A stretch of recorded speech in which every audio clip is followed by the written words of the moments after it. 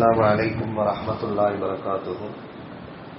نحمده ونصلي على رسوله الكريم. أما بعد، قال الله سبحانه وتعالى في القرآن العليم والفرقان المجيد: أعوذ بالله من الشيطان الرجيم. بفضل بسم الله الرحمن الرحيم. قل من حرم زينة الله أخرج لعبادته طيبات من الرزق واشكروا له. صدق الله العظيم. புகழ் அனைத்தும் எல்லாம் வல்ல அல்லாஹ் ஜல்ல ஷானஹு வ தஆலா ஒருவருக்கே உரித்தாகட்டும். சலாத்தும் சலாமும் உயிரினும் உயிரான உயிரினும் மேலான அருமை நாயகம் முஹம்மது ரசூலுல்லாஹ் ஸல்லல்லாஹு அலைஹி வஸல்லம் அவர்கள் மீதும் அவர் நற்பாக்கியம் நிறைந்த உம்மத்தான நம் அனைவரின் மீதும் அல்லாஹ்வின் அன்பும் பேரருளும் என்றென்றும் நிறைவாக உண்டாகட்டுமாக. ஆமீன். கண்ணியமிக்க அல்லாஹ்வின் நல்லடியார்களே, பெரியோர்களே, அல்லாஹ்வுடைய மாபெரும் கிருபையால் 4 நோன்பும் 5வது தராவி தொழுகையை ஜமாத்தோடு தொழுதுவிட்டு அவன் இல்லத்திலே நாம் எல்லாம் இருக்கிறோம். அல்லாஹ் ரப்புல் ஆலமீன் நாம் வைத்த நோன்புகளை, நாம் தொழுத தொழுகைகளை, நாம் செய்த நற்காரியங்களை அல்லாஹ் கபூல் செய்து தந்தருவானாக. 5வது தராவீஹ் தொழுகை ஒருவர் இமாம் ஜமாத்தோடு 20 ரக்காத் தொழுதார். அனலம் பெருமானா ஸல்லல்லாஹு அலைஹி வஸல்லம் சொல்லி காட்டுகிறார்கள்: قال رسول الله صلى الله عليه وسلم آتاه الله الثواب مثل من صلى المسجد الحرام ومسجد النبوي ومسجد الأقصى. 5ஆம் நாள் தராவி ஒருவர் தொழுதால் மஸ்ஜிதுல் ஹராமிலே, மதீனா முனவ்வரா, பைத்துல் முகத்தஸ், இந்த 3 பள்ளிவாசல்ல தொழுதா என்ன நன்மை கிடைக்குமோ இன்னைக்கு தராவி தொழுவதற்கு அந்த பரிபூர்ண நன்மையை வழங்குகிறான் என்பதாக அனலம் பெருமானா ஸல்லல்லாஹு அலைஹி வஸல்லம் சொல்லி காட்டுறாங்க. பொதுவாக காபத்துல்லால 2 ரக்காத் தொழுதா 1 லட்சம் நன்மை. மஸ்ஜிது நபவி அனலம் பெருமானா ஸல்லல்லாஹு அலைஹி வஸல்லம் துயில் கொள்ளுகிற அந்த இடத்தில் பொதுவாக 2 ரக்காத் தொழுதாலே 50,000 நன்மை. அதே போல பலஸ்தீன் பைத்துல் முகத்தஸ்ல தொழுதா 2 ரக்காத் 50,000 நன்மை. டோட்டலா 2 லட்சம் நன்மை இன்ஷா அல்லாஹ் இன்னைக்கு யார் யாரெல்லாம் தொழுதாங்களோ அவங்களுக்கு வழங்கப்படும் என்பதாக முத்து முஹம்மது ரசூலுல்லாஹி ஸல்லல்லாஹு அலைஹி வஸல்லம் சொன்னதாக அலி கர்ரமல்லாஹு வஜ்ஹா அறிவிக்கிறார்கள். துர்ரத்துன் நாஸீன் என்கிற கிதாபே இந்த பதிவை பார்க்கிறோம். அல்லாஹ் அப்பேற்பட்ட நற்பாக்கியமானவர்களாக நம்மை ஆக்குவானாக. இன்னைக்கு பல்வேறு வசனங்கள் நம்முடைய ஆபீஸ் அவர்கள் ஓதி முடித்தார்கள். இன்றைக்கு ஒரு ஜுஸுக்கு மேல ஓதுனாங்க. சூரத்துல் நிசா பெண்கள் என்கிற அத்தியாயம் நிறைவு பெற்று சூரத்துல் மாஇதா என்கிற உணவு தட்டு என்கிற ஒரு அத்தியாயம் நாளை இன்ஷா அல்லாஹ் நிறைவு பெறும். 7ஆம் ஜுஸு ஆரம்பித்து ஓதிக்கொண்டிருக்கிறார்கள். அல்லாஹ் கபூல் செய்வானாக. பல்வேறு செய்திகள் மரியம் அலைஹிஸ்ஸலாம் அவர்களை குறித்தும் அவருடைய மகனார் ஈசா அலைஹிஸ்ஸலாம் நபியை குறித்தும் உணவு விஷயங்கள் ஹலால் ஹராம் குறித்தும் மார்க்கத்துடைய சட்ட திட்டங்கள் என்று சொல்லப்படக்கூடிய பல்வேறு திருடுனா என்ன சட்டம், கொலை செய்தா என்ன சட்டம், இப்படி பல்வேறு சட்ட திட்டங்கள் நிறைய விஷயங்கள் என்று அல்லாஹ் ரப்பல் ஆலமீன் பேசிக்கொண்டே வந்தார். அதிலே உணவு குறித்து நாம் சிந்தித்து பார்க்க வேண்டும். பொதுவாக மனிதன் என்பவன் உணவை விரும்புவான். இன்றைக்குள்ள காலகட்டத்தில் நிறைய ஃபுட் கோர்ட்டு, நிறைய பெயர்கள் எல்லாம் வைக்கிறார்கள். உணவை அதிகம் மனிதன் விரும்புகிறான். அதிலே மனிதன் உணவை விரும்பலாம், அதிலே தவறு கிடையாது. அதிலே சைவம் அசைவம் ரெண்டுமே இந்த மார்க்கத்தில் உண்டு. ஆனால் ஹலால் ஹராமை பேண வேண்டும் என்பதை கண்மணி முகமது ரசூலுல்லாஹி ஸல்லல்லாஹு அலைஹி வஸல்லம் சொல்லி தரான். இன்னைக்கு நிறைய ரீல்ஸ் போடுறாங்க. நிறைய இந்த ஃபுட்டுக்குன்னே நிறைய பேர், இதுக்கு தனியா ஆளுங்கள் எல்லாம் போய் ஒவ்வொரு கடையா சந்திச்சு இங்க நல்லா இருக்கும், அங்க நல்லா இருக்கும், ஆம்பூர் பிரியாணினா நல்லா இருக்கும், இப்படி நிறைய விஷயங்கள் நம்ம கேள்விப்படுறோமா இல்லையா? அதுல மார்க்கம் என்ன சொல்லுது, எந்தெந்த உணவு எல்லாம் ஹலால், எந்தெந்த உணவு எல்லாம் ஹராம், எந்தெந்த பிராணி எல்லாம் சாப்பிடலாம், எந்தெந்த பிராணி சாப்பிடக்கூடாது என்பது குறித்தெல்லாம் இன்னைக்கு அந்த மாஇதா என்கிற உணவு தட்டு என்கிற அத்தியாயத்தில் பல்வேறு விஷயங்கள் எல்லாம் பேசிக்கொண்டே வந்தார். அதிலே இமாம் ஷாஃபி ரஹ்மத்துல்லாஹி அலைஹி சொல்லி காட்டுறாங்க, ஒரு மனிதன் அவன் தன்னுடைய உடம்புல தெம்பு வேணும்னு சொன்னா அவன் இறைச்சியை எடுத்துக்கணும்.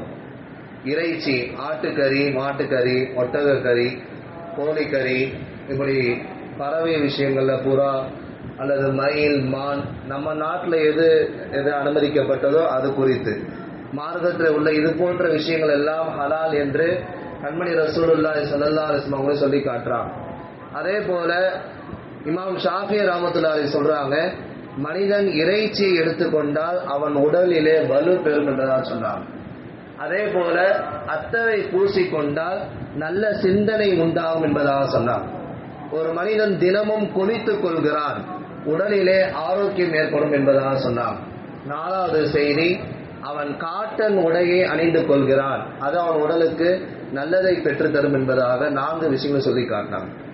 ஆனாலும் பெருமானார் ஸல்லல்லாஹு அலைஹி வஸல்லம் ஹதீஸ்ல சொல்லி காட்டுறாங்க, சய்யிது துஆமி ஃபி துன்யா வல் ஆகிரா அல்-லஹம். துன்யாவிலும் சரி ஆகிரத்திலும் சரி சிறந்த உணவு ஒன்று இருக்குன்னு சொன்னா அது இறைச்சி, கறி என்பதாக சொல்லி காட்டுகிறார்கள். எனவே இந்த மார்க்கத்திலே ஹலாலாக்கப்பட்ட உணவு ஆடு, மாடு, ஒட்டகம், இது போன்ற எல்லா விஷயம், கோழி, அதே போல என்னென்ன அது வகையை சார்ந்து வருகிறதோ, காடை, இதெல்லாம் நம்ம சாப்பிடலாம் என்பதாக இமாம்கள் நமக்கு விளக்கம் தருகிறார்கள். அதே போன்று எதெல்லாம் ஹராம், செத்த பிராணி என்பது ஹராம், அதனுடைய இரத்தம் ஹராம், கீறி கிழிக்கப்பட்ட அந்த பறவைகள் ஹராம், மனிதன் அது கீறி கிழிக்கக்கூடிய அல்லாஹ்வுடைய பெயர் சொல்லி அறுக்கப்படாத விஷயங்கள் ஹராம். இப்படி பல விஷயங்கள் அல்லாஹ் ரப்பல் ஆலமீன் குர்ஆன்ல சொல்லி காண்பிக்கிறான். எனவே இது போன்ற விஷயங்கள்ல நீங்கள் சரியான முறையில கவனிச்சு ஹலாலை பேணி வாழ வேண்டும் என்பதை கண்மணி முஹம்மது ரசூலுல்லாஹி ஸல்லல்லாஹு அலைஹி வஸல்லம் சொல்லி காட்டுறாங்க. இப்படியே துஆ செய்ய சொல்றாங்க, அல்லாஹும்ம இன்னி அஸ்அலுக ஹலாலன் தய்யிபா, யா அல்லாஹ் ஹலாலான ரிஸ்கை எங்களுக்கு தருவாயாக, தய்யிபான ரிஸ்கை எங்களுக்கு நீ தருவாயாக துஆ செய்யுங்கள் கண்மணி முஹம்மது ரசூலுல்லாஹி ஸல்லல்லாஹு அலைஹி வஸல்லம் சொன்னாங்க. ஹலாலான ரிஸ்கை சாப்பிடுவதன் மூலமாக உள்ளம் பிரகாசமடையும், அமல்கள்ல பரக்கத்து கிடையும், நம்ம செய்யக்கூடிய துவாக்கள் ஒப்புக்கொள்ளப்படும் என்பதாக சொல்லி காட்டுறாங்க. இதுவே ஹராமான ஒரு ரிஸ்க்கு கலந்துருச்சுன்னா இபாதத்திலையும் சரி அமல்லையும் சரி துவாக்கள் ஒப்புக்கொள்ளப்படுவதில்லை, எதிலையுமே பவர் இருக்காது என்பதாக சொல்லி காட்டுகிறார்கள் மார்க்க மாமேதைகள். எனவே இந்த மாதிரி விஷயங்கள் நல்லா கவனிக்கணும். நம்ம ஒரு ஹோட்டலுக்கு போறோம்னா அங்க தெளிவா விசாரிக்கணும், இது ஹலால் தானா, மெனு கார்டில் போட்டிருப்பான், சில பேர் ஹலால் போடுறான், அவன்கிட்ட போய் கேட்டா ஹலால்னா என்னன்னே தெரியல. அப்ப நன்கு விசாரிக்க சொல்லுகிறார்கள், தீர விசாரிச்சு உங்க மனம் ஒப்புனா மட்டும்தான் அங்க சாப்பிடணும். உள்ள போகும்போதே சந்தேகம் வந்துருச்சுன்னா அதை அவாய்ட் பண்ணிக்க சொல்லிக்கிறான். ஏன்னா அவன் எங்க கறி வாங்குறான், எப்படி அறுக்கப்படுது, பிஸ்மில்லா சொல்லிதான் அறுக்கப்படுதா என்பதெல்லாம் நம்ம சிந்திக்கணும். அதே போன்று கண்மணி முஹம்மது ரசூலுல்லாஹி ஸல்லல்லாஹு அலைஹி வஸல்லம் சொல்றாங்க, ஹலாலான ரிஸ்கை நீங்க உண்ணுங்க. உதாரணமா ஆடு, மாடு, ஒட்டகம், இதுல எது சிறந்த பிராணி அப்படின்னு நம்ம பார்த்தோம் சொன்னா ஆடுதான் உலகத்திலேயே சிறந்த பிராணி. இப்ராஹிம் அலைஹிஸ்ஸலாம் அவங்க குர்பானி கொடுக்கிற பொழுது அல்லாஹ் ரப்பல் ஆலமீன் ஆட்டை தான் குர்பானி கொடுக்க சொன்னான். ஹாபில் காபில் 2 பேருக்கு சண்டை வந்த போது அல்லாஹ் ரப்பல் ஆலமீன் ஆட்டை குர்பானி கொடுக்க சொன்னா அதுல ஹாபில் அவங்களுடைய குர்பானியை அல்லாஹ் ஏத்துக்கிட்டான். அதே போல கண்மணி முஹம்மது ரசூலுல்லாஹி ஸல்லல்லாஹு அலைஹி வஸல்லம் அவங்க மக்கா மதீனாவுக்கு வந்த பின்னாடி 10 ஆண்டுகள் குர்பானி கொடுக்கும் பொழுது 10 ஆண்டுமே ஆட்டை தான் குர்பானி கொடுத்தார்கள். இப்படி பல்வேறு சிறப்புகள் இருக்கு. பாக்கியாத்துல ஒரு ஃபத்வா கேட்டு ஒருத்தவங்க வந்திருந்தாங்க வேலூர் பாக்கியாத் சாலையால, ஆடு சாப்பிட்றது சிறந்ததா மாடு சாப்பிட்றது சிறந்ததா அப்படின்னு சொல்றப்போ ஒரு 50 ஆண்டுகளுக்கு முன்பாக ஷேக் ஆதம் சொல்லி ஒரு மிகப்பெரிய ஒரு இமாம் மார்க்க மேலே இருந்தாங்க. அவங்க சொன்னாங்க ஆடு சாப்பிட்றது தான் சிறந்தது. ஒருத்தர் தேவபந்துல இருந்து ஃபத்வா வாங்கிட்டு வந்தார். அங்க உள்ள ஆலிம் சொன்ன பண்ணாங்க மாடு சாப்பிட்றது தான் சிறந்தது அப்படின்னு சொல்லி ஃபத்வா கொடுத்தா அந்த ஃபத்வா கொண்டு இங்கே கேட்டார். எனவே அந்த ஊரில் வசிக்கக்கூடியவர்கள் எதை அதிகம் விரும்புவார்களோ லைக் பண்ணுவாங்களோ எனவே அது ஹலால். இங்கே ஆடு அதிகமாக புழங்கப்படுது, இங்க மக்கள் அதை விரும்புறாங்க, எனவே இதை குறித்து அவங்க ஃபத்வா கொடுத்தாங்க. எனவே 2மே கூடும், 2மே விரும்புகிறார்கள், சாப்பிடுகிறார்கள். அதிலே பல்வேறு விதமான சக்திகள் கிடைக்கிறது. ஜிங்க் என்கிற துத்தநாகம் அதிலே இருக்கிறது. இறைச்சி சாப்பிடுவதன் மூலமாக உடல் எல்லாம் வலு பெறுகிறது என்பதாக சயின்ஸ் மூலமா சொல்லி காட்டுகிறார்கள். பல இமாம்களும் இதுல கருத்து சொல்லி காட்டுகிறார்கள். எனவே அதனால்தான் நாம் இறைச்சி இல்லாமல் நமக்கு உணவே இறங்காது. நம்முடைய வாழ்க்கையில ஒரு நாள் கூட இறைச்சி இல்லைன்னா இப்ப சகர் உணவா இருக்கட்டும் அல்ல இஃப்தாரா எதுவ நம்ம வீட்டுல என்ன பாய்னாலே பிரியாணி தானே சொல்றாங்க. அப்ப இறைச்சி இல்லாம இறங்காது என்கிற ஒரு நோக்கம் என்னன்னா அதுல பல்வேறு விதமான பரக்கத்தும் இருக்கு, சக்தியும் இருக்கு. உலகத்திலேயே சிறந்தவரும் ஸல்லல்லாஹு அலைஹி வஸல்லம் சொல்றாங்க இறைச்சி தான் என்பதாக சொல்லி காட்டுறாங்க. எனவே சொல்ல வருகிற விஷயம், அதனால பெருமானார் ஸல்லல்லாஹு அலைஹி வஸல்லம் அவங்க உணவை நீங்க கம்மியா சாப்பிடுங்க, அப்பதான் நல்ல சிந்தனை வரும், நல்ல சிந்தனை வரும். இபாதத்துல உங்கள்கிட்ட பவர் ருசி கிடைக்கும். அல்லாஹ் உங்களுடைய துவாவை அது ஹலாலான முறையில் சம்பாத்தியமாக இருந்துச்சுன்னா, ஹலாலான உணவை நீங்கள் சாப்பிட்டீர்கள் என்று சொன்னால் அந்த துவா ஒப்புக்கொள்ளப்படும். ஹராமான உணவுல வளர்ந்த அந்த உடம்பு அது நரகத்திற்கு தகுதியானது என்பதாக ஸல்லல்லாஹு எச்சரிக்கையும் செஞ்சிருக்கிறாங்க. ஒரு தடவை ஒரு மிகப்பெரிய ஒரு மன்னர் நாயகம் ஸல்லல்லாஹு அலைஹி வஸல்லம் சந்திப்பதற்காக பல்வேறு விதமான பரிசுகளை வாங்கி கொண்டு அவர் மிகப்பெரிய ஒரு டாக்டர், அவர் மதீனாவுக்கு வர்றாரு. மதீனாவுக்கு யாருக்காவது ஏதாவது உடம்பு சரியில்லைன்னா சிகிச்சை பண்ணலாம் சொல்லி கிட்டத்தட்ட 1 மாசம் கிட்ட அவங்க காத்திருக்கிறாங்க. ஆனா எந்த மதீனாவில் வாழக்கூடிய எல்லா சஹாபாக்கும் எந்த நோயாலும் பாதிக்கப்படாது.